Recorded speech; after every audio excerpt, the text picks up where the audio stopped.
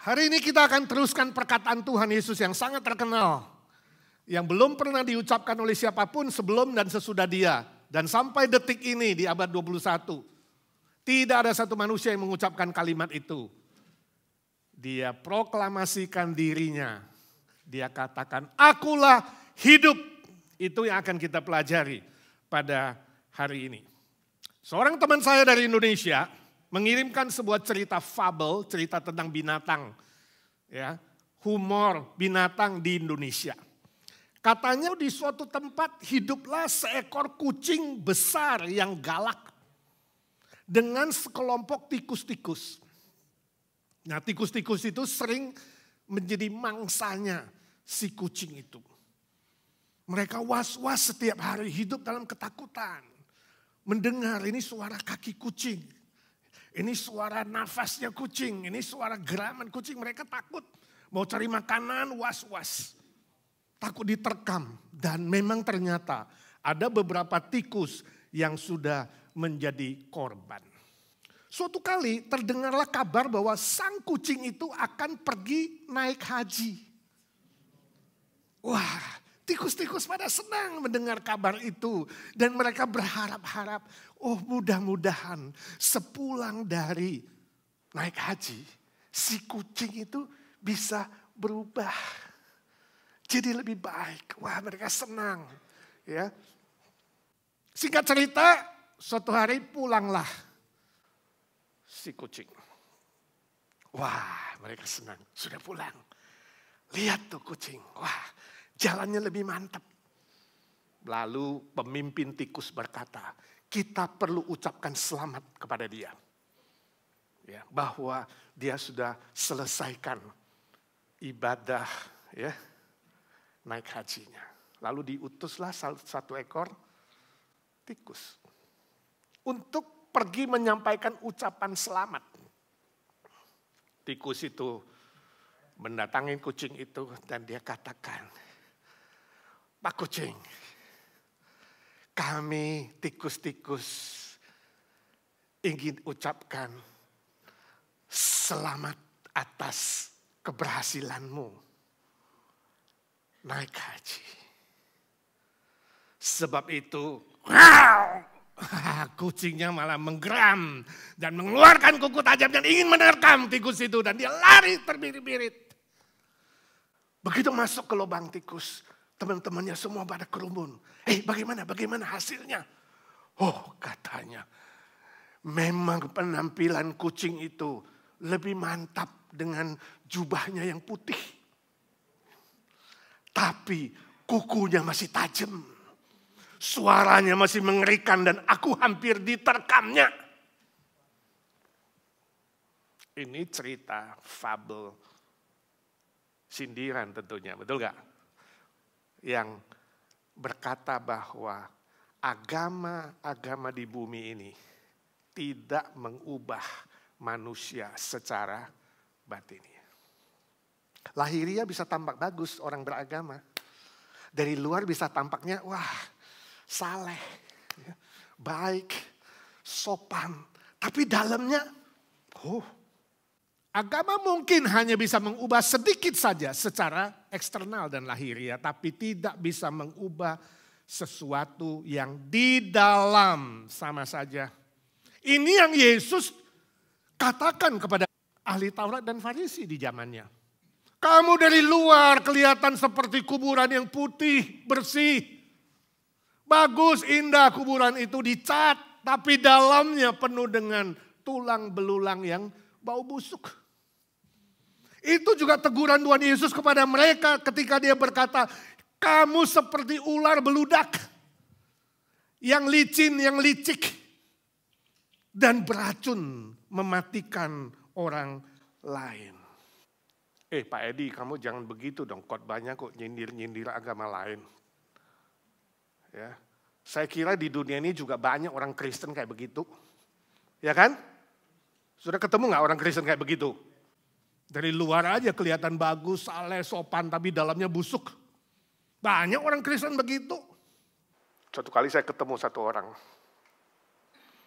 Udah lama gak ke gereja. Lalu saya tanya dia, kenapa saudara muncul? Ya, gimana kabarmu? Aduh Pak, stres deh. Setiap kali gue inget si orang itu, Bapak tahu gak sih dia sebutin nama XX gitu dari gereja mana lah. Bukan IGNC ya, bukan IGNC.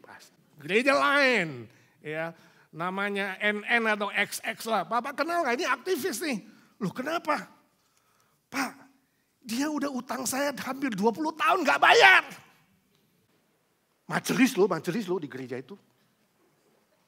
Saya majelis IGNC gak ada yang utang 20 tahun gak bayar. Berani-berani nyebut orang Kristen lah. Gimana? Saya tiap kali mikirin dia stres, Pak. Bukan sedikit loh utangnya. Waduh, saya gak bisa jawab. Memang saudara, saya mengaku fakta di dunia ini ada orang Kristen yang begitu. Ya, gak ada perubahan. Ada yang bosnya, waduh, katanya orang Kristen, ya jadi bos. Katanya baca Alkitab, katanya melayani. Tapi kalau sama pegawai, bentak-bentak, maki-maki, ngomong jorok, pelit. Ada gak bos begitu? Ada gak bos kamu? Bahkan ada yang ngakunya pendeta. Ini cerita juga dia kesaksian. Ngaku pendeta, mamanya sakit, gak pernah dibesuk. Padahal rumahnya gak jauh Pak. Ini pendeta apaan? Katanya kasihnya mana? Saudaraku, kalau saudara mengalami hal seperti itu, ya saya bilang sama orang itu, ya betul saya setuju. Bahwa di dunia ini ada cukup banyak orang Kristen yang palsu. Yang gak sungguh-sungguh bertobat, yang hanya mengaku agama Kristen, KTP-nya Kristen. Secara nominal, secara angka Kristen, tapi tanpa pertobatan, tanpa perubahan. Sama seperti ketika Tuhan Yesus menegur ahli Taurat di zaman itu dan orang-orang Farisi yang palsu, imannya munafik, tidak benar. Nah, kalau saudara hari ini menganggap kekristenan pun adalah sebuah agama seperti agama lain, itu salah konsepnya. Kekristenan bukan sebuah sistem agama. Kekristenan bukan sebuah agama seperti agama di dunia ini. Bukan sebuah sistem kepercayaan. Bukan sebuah sistem filsafat atau cabang filsafat. Atau bukan sebuah sistem etika yang mengajarkan ini baik, ini tidak baik, harus buat ini dan tidak harus buat ini. Bukan. Kenapa? Sebab fondasi dasar daripada kekristenan bukan ajaran manusia, bukan pikiran manusia, tetapi pribadi Kristus. Yang berani mengumumkan dirinya adalah satu-satunya juru selamat, satu-satunya hidup ketika dia berkata, akulah hidup. Mari kita baca ayat yang sangat terkenal ini, Yohanes 14 ayat 6. Injil Yohanes 14 ayat 6. Sama-sama kalau bisa saudara hafalkan. 1, 2, 3. Kata Yesus kepadanya, akulah jalan dan kebenaran dan hidup. Tidak ada seorang pun yang datang kepada Bapa kalau tidak melalui aku. Kita sudah pelajari ketika Yesus mengatakan akulah jalan. Kita sudah pelajari ketika Tuhan Yesus berkata akulah kebenaran. Dan hari ini kita lanjutkan.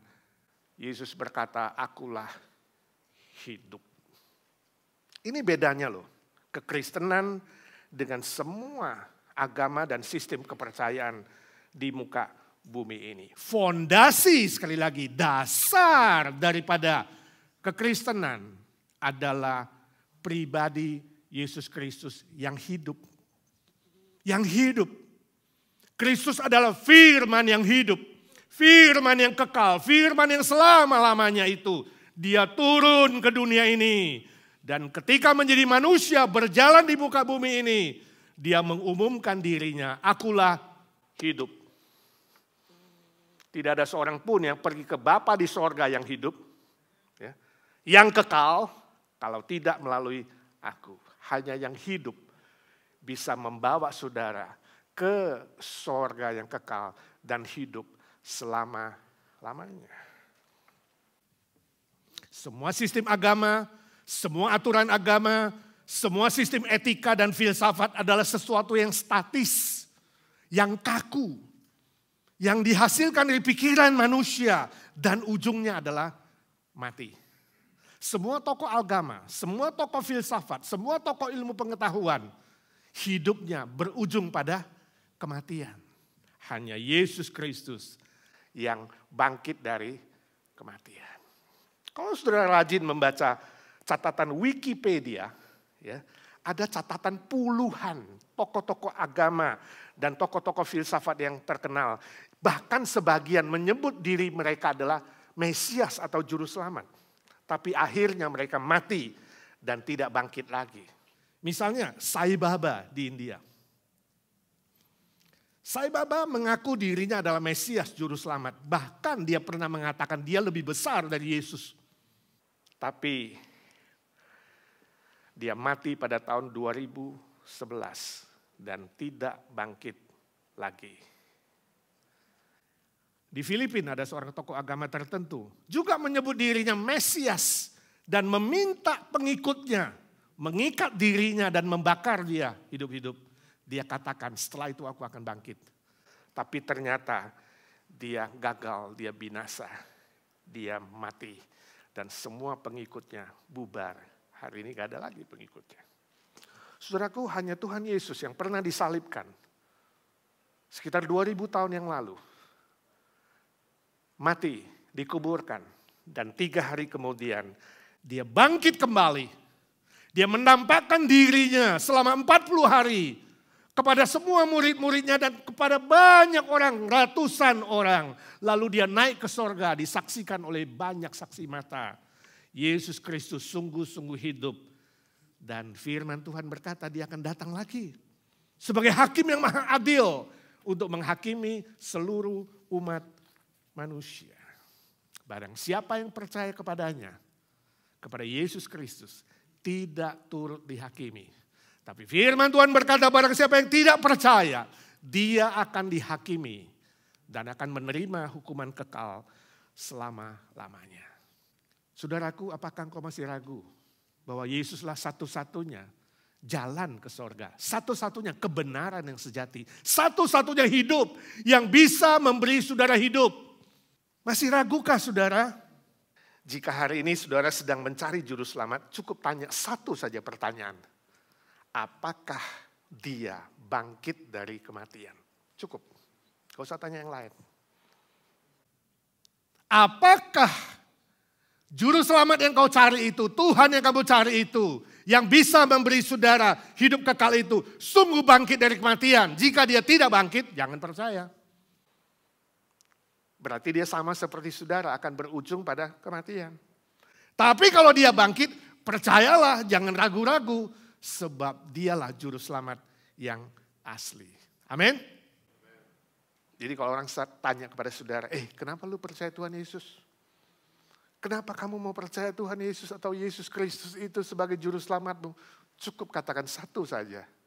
Buktinya, dia bangkit dari kematian. Dia hidup selama-lamanya. Sebab manusia di bumi ini mencari hidup bukan mencari mati. Mencari hidup dan pada Yesus ada kehidupan, ada kebangkitan, ada harapan yang pasti. Hidup berarti sebuah harapan yang pasti, bukan semoga, bukan mudah-mudahan. Ya mungkin saudara bertanya lagi, kalau begitu Pak Edi, kekristenan itu bukan agama, dan lalu kekristenan itu apa? What is Christianity? Jawabnya, kekristenan adalah Kristus. Christianity is Christ Himself. Pribadi Yesus Kristus yang hidup, yang mengasihi manusia berdosa, itulah kekristenan. Itulah inti kekristenan. Kristus yang hidup dan memberi jaminan hidup kepada siapa saja yang mau percaya kepadanya. Itulah anugerah yang besar. Itulah kasih yang besar. Yang tak terungkapkan dengan kata-kata manusia. Yang melampaui pikiran, perasaan, dan hikmat manusia. Bahwa Sang Firman Allah yang hidup itu rela datang ke dunia. Rela mati di atas kayu salib, menanggung hukuman dosa manusia berdosa. saudara dan saya. Dan dia bangkit kembali, membuktikan dia juru selamat yang asli. Membuktikan dia Tuhan yang asli. Membuktikan dia kabar baik yang asli, yang sejati, bukan yang palsu. Kabar baik itu adalah kabar kehidupan, bukan kabar kematian. Kabar sukacita, bukan kabar duka cita. Kabar harapan pasti, bukan kabar semoga atau mudah-mudahan. Kabar hidup kekal, bukan kabar mati kekal. Kabar anugerah dari Allah, bukan kabar usaha manusia. Itu yang perlu saudara beritakan kalau saudara sudah percaya. Tapi bila saudara belum percaya, itu yang perlu saudara terima. Amin. Contoh yang paling gamblang adalah seorang penjahat yang mati disalibkan di samping Yesus Kristus. Lalu dia bilang sama Tuhan Yesus, Tuhan ingatlah saya ketika engkau datang lagi sebagai raja, sebagai hakim. Bagi saya ini iman yang terbesar. Sebab dia belum melihat Yesus bangkit. Dia belum melihat Yesus naik ke sorga. Tapi dia yakin Yesus kalau engkau datang lagi sebagai raja. Bahkan dia yakin Yesus akan datang lagi. Dan Tuhan Yesus berkata sebuah kalimat yang sangat agung. Pada hari ini juga kau akan bersama-sama aku di Firdaus, di sorga. Penjahat yang belum sempat berbuat baik. Yang belum berusaha, yang belum melakukan apa-apa, dia adalah orang pertama yang masuk ke Firdaus hari itu bersama Tuhan Yesus. Keselamatan yang sejati bukan lewat usaha, berhenti berusaha saudara, usaha apapun. Berhenti berkarya dengan kehebatanmu, pahalamu, dan semua pemikiranmu. Terima anugerah. Keselamatan yang sejati adalah anugerah. Cinta kasih ketika Yesus berkata, ini kuberikan kepadamu secara cuma-cuma. Maukah saudara? Mau? Ragu? Pak Edi kok enak sekali ya. Hanya terima. Selamat, gak usah buat apa-apa.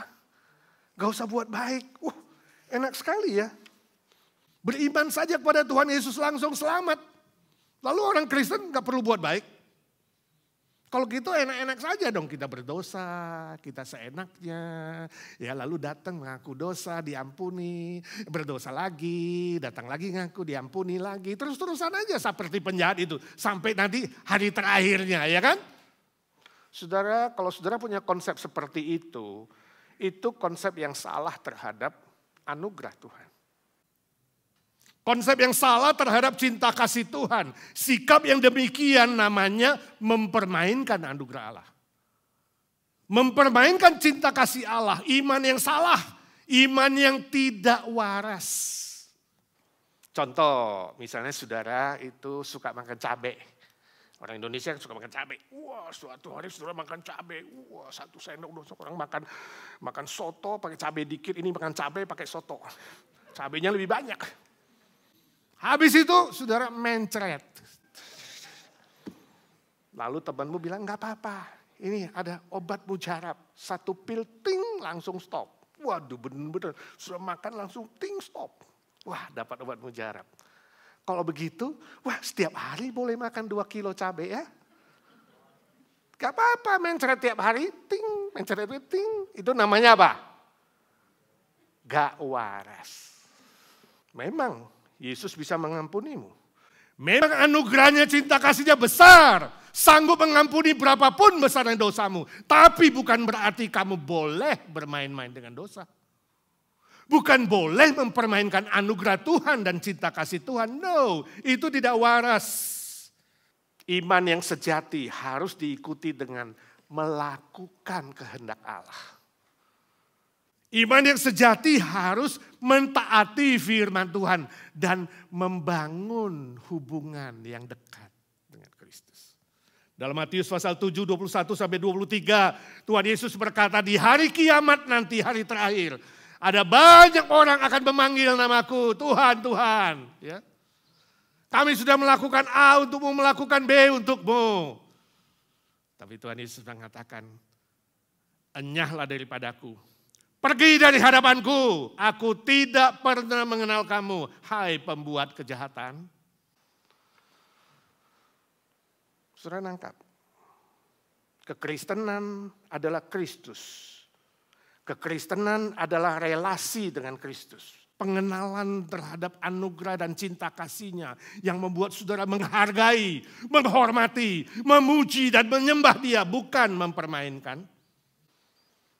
Izinkan saya tanya, kalau kamu berdiri di hadapan Tuhan Yesus, kira-kira kamu mengenal dan dikenalnya enggak?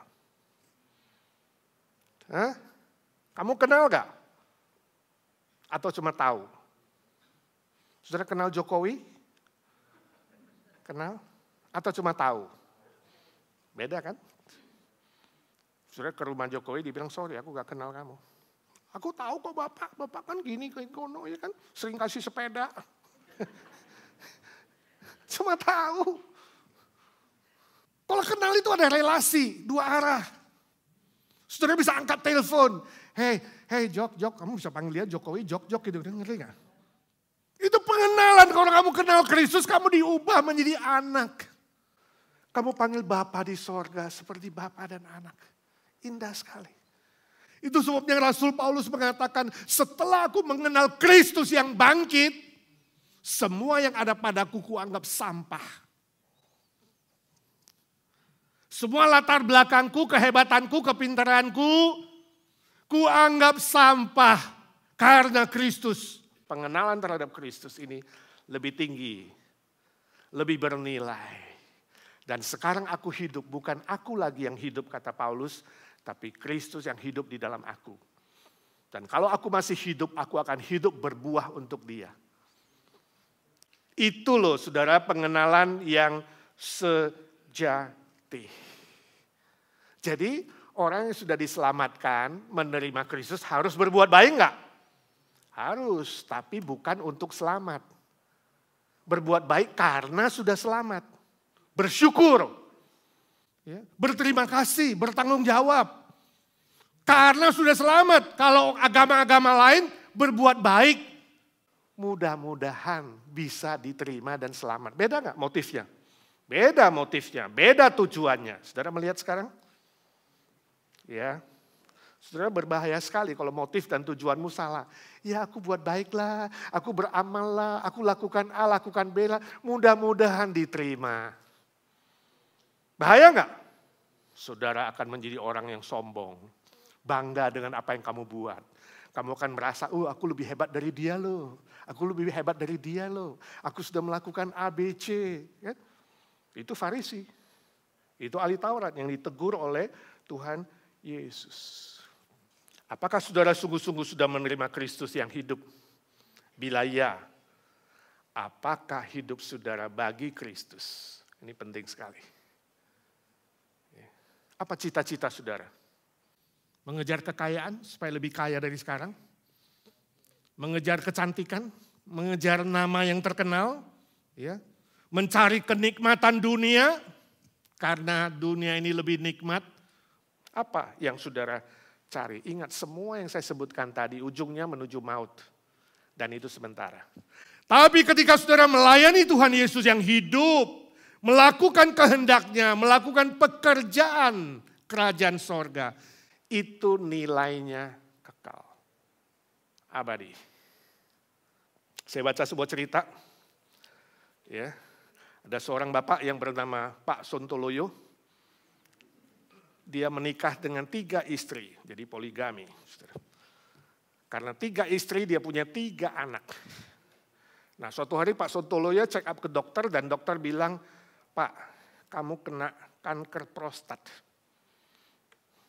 Waktumu gak lama lagi. Wah, dengan loyo dia pulang. Dia panggil ketiga anaknya. Dia katakan, anakku hidup papa gak lama lagi. Papa cuma ada 1 pesan saja dan saya mau kalian janji sungguh-sungguh dilakukan. Kalau papa meninggal, saya mau kalian masing-masing memasukkan uang 1 M buat papa. Sebab di dunia sana, papa gak mau menderita. Saya yakin uang ini akan membantu. Wah, 3 anak sedih kemudian mengatakan, iya Pak, kami janji, kami janji. 3 hari kemudian, benar, Pak Sontoloyo mati. Nah, waktu upacara sebelum peti ditutup, anak pertama maju. Dia komat kamit berdoa di situ. Meneteskan air mata. Kemudian dia berkata, Pak, sesuai dengan janjiku.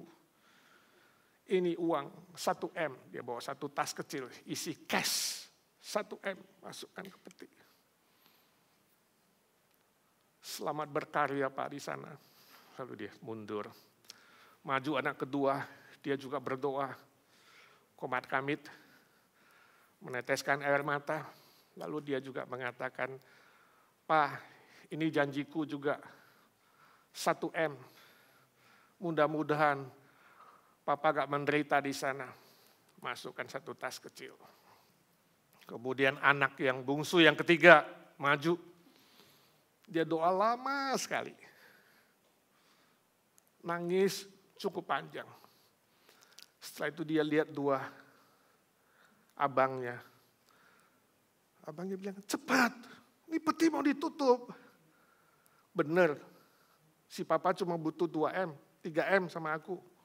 Iya, itu kan pesennya. Ayo cepat masukin. Kayaknya gak cukup deh. Pak, saya tambahin 2 M ya Pak. Lalu dia keluarkan sebuah amplop. Ini cek 5 M Pak.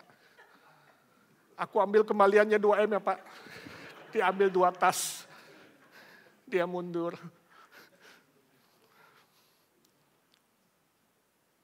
Lalu terakhir peti sebelum tutup. Istri ketiga yang paling bungsu, maju ke depan. Dia yang paling cakep, paling pinter, paling disayang. Dia katakan, Mas Sontoloyo, saya tahu akhir-akhir ini kamu tambah loyo. Jadi biar ceknya aku yang simpen ya Mas. Dia ngambil amplopnya. Soalnya Mas suka lupa sih taruhnya di mana. Mama mau dilawan. Dapat 5 M. Saudara, ini hanya humor. Tapi izinkan saya tanya, kalau kematianmu sudah dekat, kalau dokter bilang hidupmu tinggal sebulan, apa cita-citamu? Kamu mau pesan apa kepada anak-anakmu? Pesan apa kepada kekasihmu? Pesan apa kepada orang-orang yang dekat kepadamu? Pesan apa coba? Cari duit lebih banyak? Memperluas bisnismu, usahamu? Keliling dunia? Cari apa? Pesan apa? Atau engkau akan ingatkan orang-orang dekat denganmu. Jangan lupa, hanya Yesus satu-satunya juru selamat yang asli. Jangan tinggalkan imanmu. Atau kalau belum beriman, jangan sampai kamu mati tanpa Tuhan Yesus. Atau saudara akan pesan, lakukan pekerjaan Tuhan dengan setia. Saudara mau apa? Izinkan saya tanya, kalau tahun ini tahun terakhir bagimu, apa pesanmu sebelum menghembuskan nafasmu yang terakhir? Ingat, Kristus hidup dan Dia sanggup memberimu hidup yang selama-lamanya. Amin. Mari kita berdoa. Ya Tuhan, suara hamba-Mu sudah berhenti. Biarlah suara Roh Kudus terus berbisik-bisik di hati setiap kami. Berkatilah setiap telinga dan hati yang sudah mendengar. Jangan jadikan kami hanya pendengar-pendengar saja, tapi kami menjadi pelaku-pelaku firman Tuhan. Pakai kami semua Tuhan, pakai kami menjadi alat yang berguna untuk kerajaan-Mu. Sebab Engkau hidup dan Engkau mau kami semua hidup bagi Engkau Tuhan. Dalam nama Tuhan Yesus kami berdoa dan memohon berkat Tuhan. Amin, amin.